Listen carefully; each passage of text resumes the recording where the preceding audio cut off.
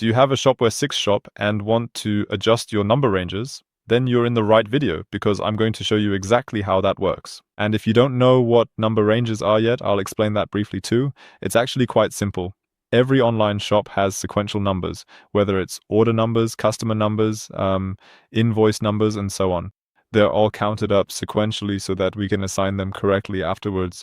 And we can customize this number structure. Sometimes it's not just numbers, but also letters. For example, we can put an O before every order or a K before every customer number or whatever. So there are all sorts of different setups. You could also insert a date. Yeah, just however you'd like it to be. And we'll just take a look now at how it works. To do this, we just go to settings in the administration, and then we'll find the number ranges right here. And we already have some standard ones here, which of course have to be there to ensure the shop functions properly in the first place. For example, the ones I just mentioned, customers, products, orders, and so on. There have to be numbers for those, of course. Often people want to adjust order numbers or invoice numbers here, which is also quite popular. So let's just walk through an example now. However, for this video, I'll use the order numbers simply because I can show you something else here, as the current number has already counted up because I have 50 orders in my shop. One is, of course, the number 10,000.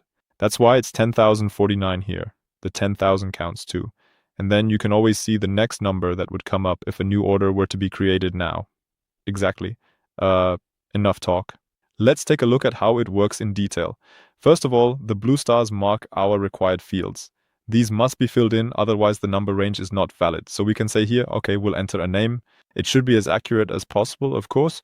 Right behind it, I could add a description. You can also just leave information there that will help you assign it later, or that might explain how the number is composed.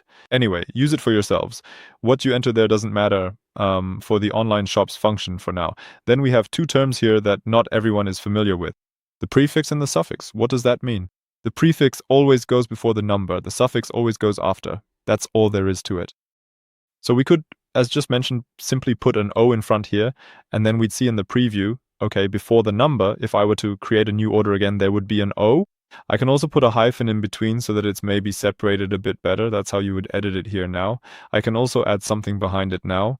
For example, I can write new behind it, so I know that since I adjusted my number range, it's a new order or whatever. Now I also have the advanced mode here.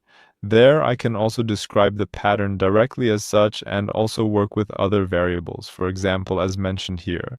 Well, or rather they are more like PHP parameters, like here, for example, the date added as an example. We could then also enter that here.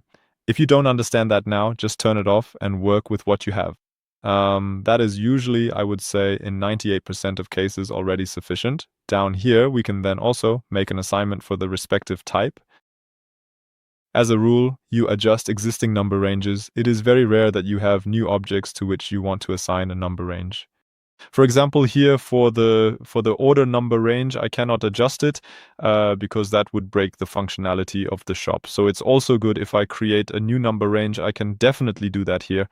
If I am then satisfied with my number range, I can save it once. Then it takes a short moment. I also get a notification again. It naturally has to go and set the whole thing up now for future orders. Now the whole thing is already done, and that's it. I hope I was able to help you with this video. In any case, feel free to also take an additional look at our documentation and our community hub if you want to receive more information on this topic. And then I would say take care and good luck. Bye.